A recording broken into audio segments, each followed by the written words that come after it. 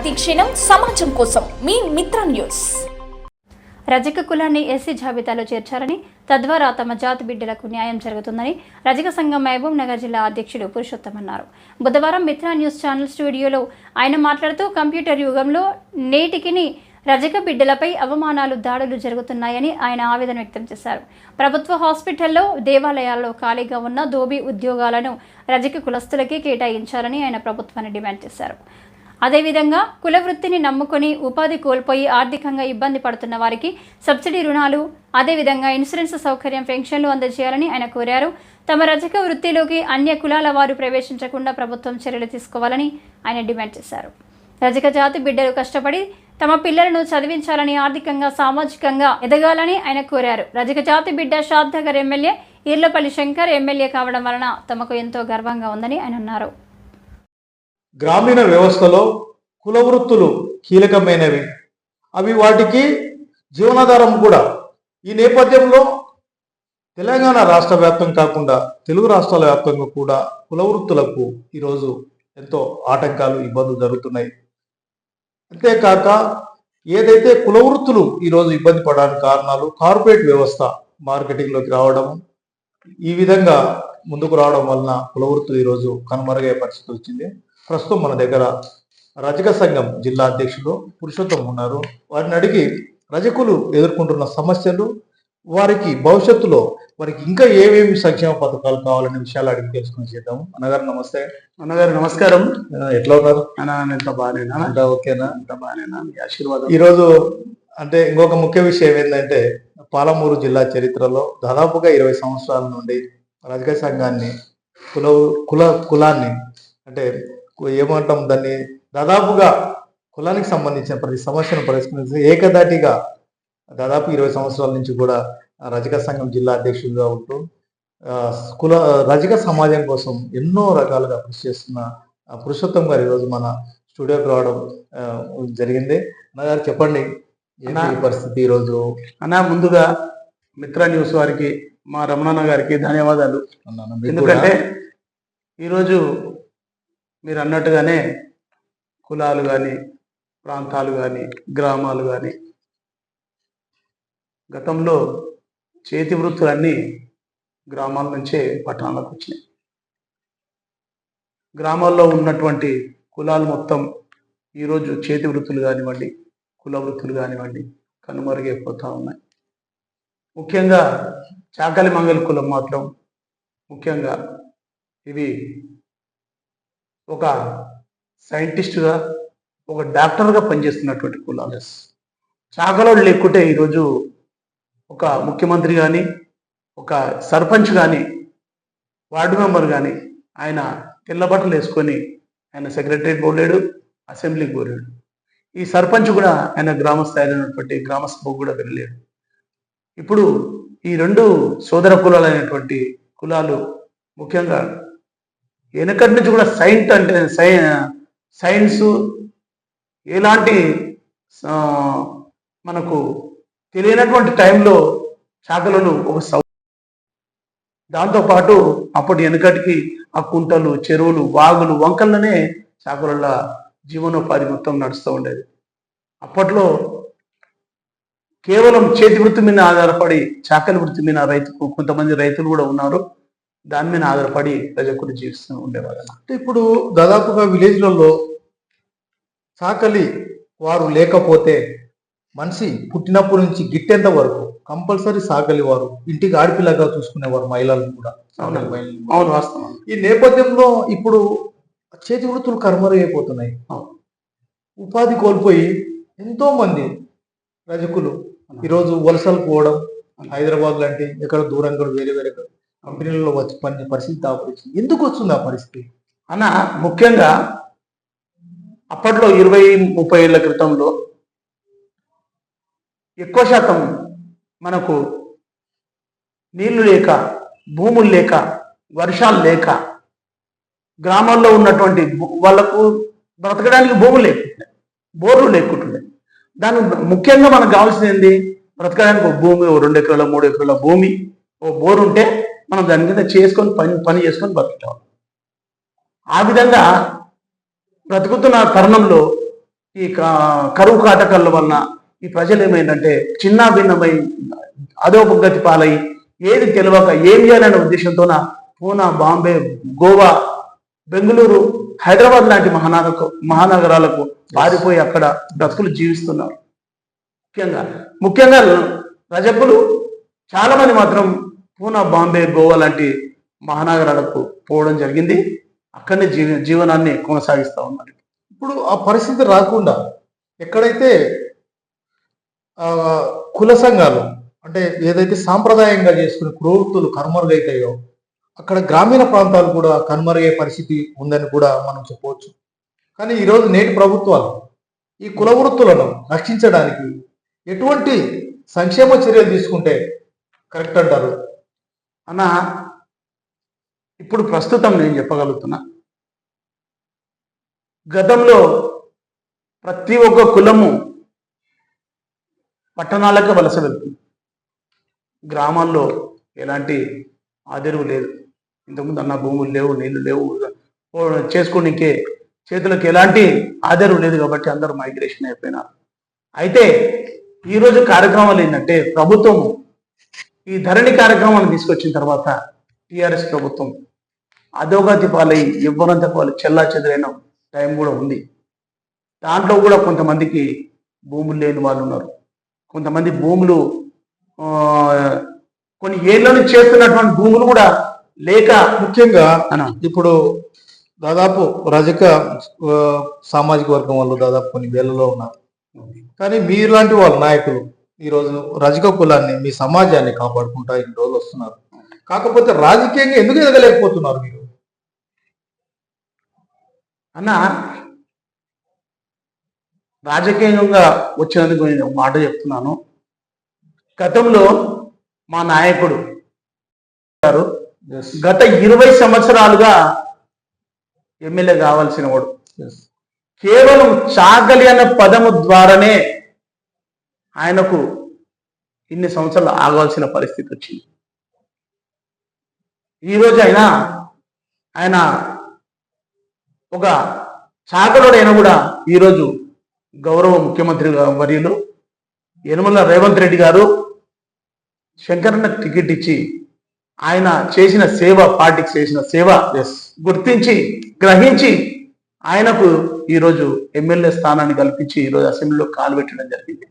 ఈరోజు ఆయన కాలు పెట్టినందుకు మా యావత్ తెలంగాణ రజకులందరూ ఆయనకు మేము మా మనిషి మా వాదన వినిపిస్తారు, మా గురించి మాట్లాడతాడు, మా గురించి సంక్షేమ పథకాలు మాకు తెలుస్తాయి, రజకుడు అనేది ఏందనేది రజకుడితో ఏదైనా సాధిస్తాడనే ఉద్దేశంతో మేము ఈరోజు శంకరన్నను కూడా మేము ఆడ అసెంబ్లీలో పెట్టినందుకు మేము ఈరోజు కాంగ్రెస్ ప్రభుత్వానికి తర్వాత ముఖ్యమంత్రి గారికి కూడా మేము ధన్యవాదాలు తెలుపుకుంటున్నాం. ఈరోజు రజక కులం ఉన్న విద్యార్థులు, నిరుద్యోగులు వారికి ఉపాధి కల్పించడానికి ఎన్నో రకాల సంక్షేమ కార్యక్రమాలు ఉండొచ్చు. కాకపోతే నేడు ప్రభుత్వ ఆసుపత్రుల్లో కావచ్చు, దేవాలయాలలో కావచ్చు, ఈరోజు దోపికి సంబంధించిన ఉద్యోగాలు ఎవరికి ఇవ్వాలా? కేవలం రజకులకి ఇవ్వాలి. కానీ అటువంటి సందర్భం నడుస్తలేదు. దాని మీద మీ ఉద్దేశం ఏం చెప్పండి?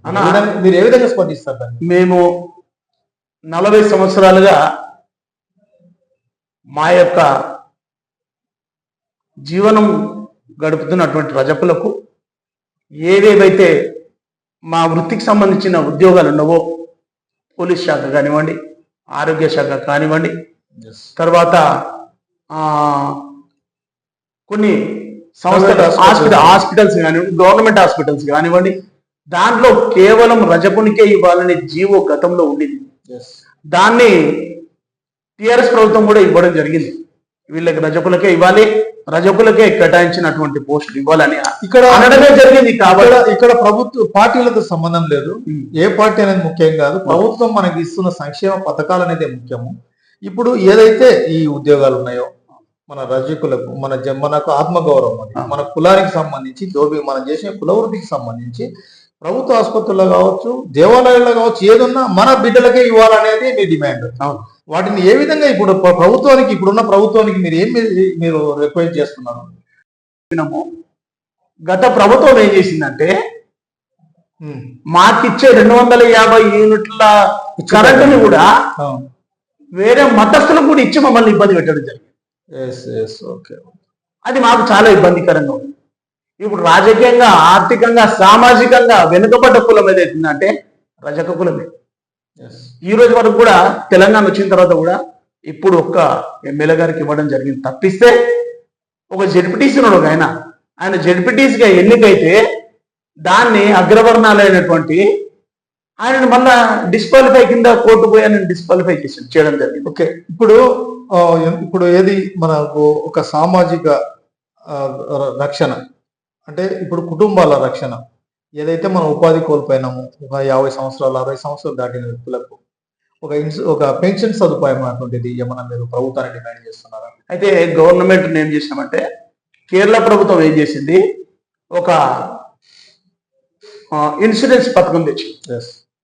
రజకుడు ప్రమాదవశాత్తు చనిపోతే 5 లక్షల రూపాయలు, తాత్కాలికంగా చనిపోతే 50,000 రూపాయలు, సహజంగా చనిపోతే 50,000 రూపాయలు, ఆ విధంగా చేసింది.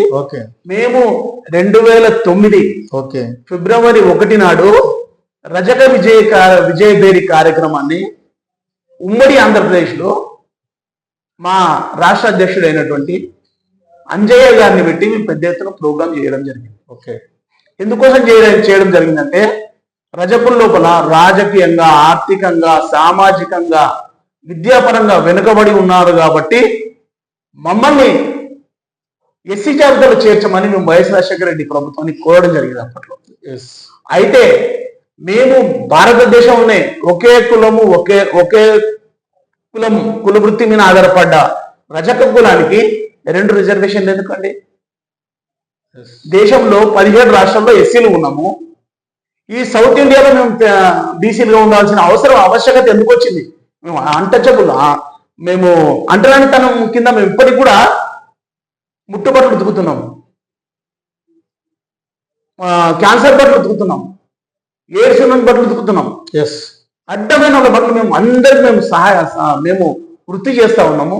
దీన్ని బట్టి మీరు మమ్మల్ని ఉన్నందుకు రాజకీయంగా ఇబ్బందులు ఉన్నాం, ఆర్థికంగా ఇబ్బందిగా ఉన్నాం, సామాజికంగా కూడా ఈ రోజు కూడా కొన్ని ప్రాంతాల్లో వెలివేయబడుతున్నాం. ఈ రోజు వరకు కూడా నిన్న మనం చూస్తున్నాం. మనం కూడా ఇప్పుడు కూడా మన తెలంగాణ రాష్ట్రంలోని కొన్ని ప్రాంతాలలో కులం పేరు చెప్పి చాకలి అని, లేకపోతే కొద్దిగా ఒక ఆత్మగౌరవం దెబ్బతినేదాకా ఇప్పుడు వరకు జరుగుతుంది. దాన్ని మీరు ఏ విధంగా చూస్తారు? చాకలి అని చెప్పేసి అనడం కూడా నేరమే. కులాన్ని కులాంతో పెట్టి మనం మాట్లాడడం కూడా నేరమే ఈరోజు. అటువంటి సందర్భంలో కొన్ని గ్రామాలలో, కొంత సిటీలలో కూడా సాకలి అనడం, లేకపోతే మంగలి అనడం, ఇటువంటి కులాల పేరు పెట్టి కూడా ఎంతో మందిని అవమానిస్తున్నారు. దాన్ని మనం ఏ విధంగా చూస్తాం? కంప్యూటర్ యుగంలో, అందులో ఇప్పుడు అరిచేతుల ప్రపంచం చూస్తున్నాము. చంద్రమండలానికి సైతం మన మానవుడు పోయే పరిస్థితి, టెక్నాలజీ డెవలప్ అయింది. ఇప్పుడు కూడా కులాల పేరు తిట్టడం ఏంటి? మనం ఏ విధంగా చూస్తాం అన్న? ఇప్పుడు సామాజిక తెలంగాణ రావడం జరిగింది.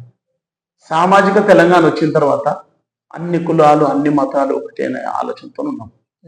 ఈరోజు గ్రామ స్థాయిలో కూడా రజకుడు బట్టలు తీసుకొని పోతుంటే ఒకలాగా చూస్తారు, బట్టలు తెచ్చిన తర్వాత కూడా ఒకలాగా చూస్తారు. బట్టలు తీసుకోకపోతే సాకలు ఎన్నికలు రావే, వచ్చి బట్టలు తీసుకోపోంటారు. తీసుకొచ్చిన తర్వాత వాడు సాయంకాలం మళ్ళీ బట్టలు తెచ్చి ముద్ద పెడితే వాడు నీళ్లు చల్లి బట్టలు తీసుకుంటాడు. ఇది ఎంతవరకు కరెక్ట్? మేము దీనికి ఒక చట్టాన్ని తేవాలని అడుగుతున్నాం. గవర్నమెంట్ చట్టాన్ని తేవాలని ఎందుకు అడుగుతున్నాం అంటే, మేము అన్టచబిలిటీగా ఉన్నాం. ఇంకా ఈ రోజు గ్రామ స్థాయిలో అంటరానితనాన్ని ఎదుర్కొనే ఉన్నాం. ఇంకా ఈ రోజు వరకు కూడా అది పోవాలంటే మా ఊళ్ళ లోపల చదువు మీద ఎక్కువ ఇంట్రెస్ట్ చూపించాలి. ప్రభుత్వం కూడా ఏం చేయాలంటే, చదువు ఒకటి వైద్యము, ఈ 2 సమపాలుగా ఇచ్చిన రోజే అందరికి న్యాయం జరుగుతుంది. ఇప్పుడు మీరు చాకలి సామాజిక వర్గాన్ని ఈరోజు జరుగుతున్న అవమానాలు ఎన్నో రకాలుగా చూస్తున్నారు. మీ సమాజంలో, మీ సాకలి సమాజంలో, రజక సమాజంలో ఉన్న విద్యార్థులకు మీరు ఏ విధంగా మెసేజ్ ఇస్తారు భవిష్యత్తు గురించి? గతంలో మేము చదువుకున్నప్పుడు ప్రైమరీ స్కూల్ నుంచి హై స్కూల్ వరకు, ఇంటర్మీడియట్, డిగ్రీ వరకు కూడా మేము గవర్నమెంట్ కాలేజీలో చదువుకున్నాం. ఇప్పుడు చిన్నప్పటి నుండి చాలా మంది అంటే గ్రామ స్థాయిలో మాత్రం ఇంకా గవర్నమెంట్ స్కూల్స్ చదువుకుంటారు. ఇప్పుడు టౌన్లో అక్కడక్కడైతే స్కూల్స్ మారినాయి. ఇప్పుడు ఎవరైతే గవర్నమెంట్ మా పిల్లలు ఎవరైతే చదువుకుంటున్నారో వాళ్ళు మంచి ధోరణిలో మంచి ప్రవర్తనతో చదువుకొని ప్రభుత్వ స్కూళ్ళల్లో చదువుకొని వాళ్ళు గవర్నమెంట్ ఇస్తున్నటువంటి 20 లక్షల రూపాయలు విదేశాల్లో చదువుకోవడానికి ఉందో అది ప్రభుత్వం మా సమాజానికి ఇవ్వాలి. ఉద్యోగం ఏడా ఫారిన్ కంట్రీలో చదువుకోవడానికి గవర్నమెంట్ ఆ వెసులుబాటు కల్పించాలి. అది మా వాళ్ళకి తెలియదు చాలా మందికి. ఇప్పుడు మా వాళ్ళు కొంచెం ఐటీ రంగంలో బాగున్నారు. అదే ఇప్పుడు బాగున్నారు. ఏదైతే విద్యార్థులు ఉన్నారో నిరుద్యోగులకు మీరు భవిష్యత్తులో రాజకీయంగా ఎదగడానికి కొద్దిగా మెసేజ్ ఇవ్వండి. మీరు ఈరోజు రజక సమాజంలో ఉన్న విద్యార్థులకు యూత్ కు ముఖ్యంగా యూత్ కు మీరు ఏం మెసేజ్ ఇస్తారో ఇవ్వండి. ఇప్పుడు ముఖ్యంగా ఈ బీసీ చేతి వృత్తులు కానివ్వండి, బీసీ వర్గాల్లో కానివ్వండి, ఒక 4-5 కులాలు మాత్రమే రాజకీయంలో బాగా బలీయమైన శక్తులుగా ఎదుగుతున్నాయి. ఈరోజు రజక కులాన్ని అంత ఈజీగా గెటానికి అనివ్వరు. మనిషి ఎప్పుడైతే ఆర్థికంగా బలంగా ఉంటాడో, మనుషులు వెనుక ఉంటారో, పబ్లిక్ వెనుక ఉంటారో, ఆ రోజు నాయకునిగా గెటాన్ కావచ్చు. మనం చూస్తూనే ఉన్నాం, మీరు అనేది చూసినాం. శంకరన్న కూడా ఎన్నో సంవత్సరాల నుంచి కూడా పనిచేసినాడు, మేము కూడా చూస్తున్నాము. అసలు ఈ గుంపు అంటే ఎమ్మడి వచ్చినా ఆయన పైసలు లెక్క చేయలేదు, అందరినీ సమపాలలో చూసుకున్నాడు కాబట్టి ఈ రోజు ఆయన ఆ స్థాయి వచ్చింది. అట్లా ఇప్పుడున్న మన విద్యార్థులు కూడా ఏదైతే రాజకీయంగా ఎదగడానికి ముందుకు వెళ్ళాలనేది మీ చివరిగా మీరు చెప్పడంగా మెసేజ్ అన్నట్టు. అది ఈరోజు గత 20 సంవత్సరాలుగా రజక సంఘానికి అధ్యక్షుడిగా ఉంటూ రాజకీయ సమాజాన్ని కాపాడుతూ ప్రభుత్వం నుంచి రావాల్సిన సంక్షేమ పథకాలను 100% బరాబర్ మాకు కావాలని డిమాండ్ చేస్తున్నారు. ఎంవి రమణ, మిత్ర న్యూస్ ఛానల్ నుండి మహబూబ్ నగర్.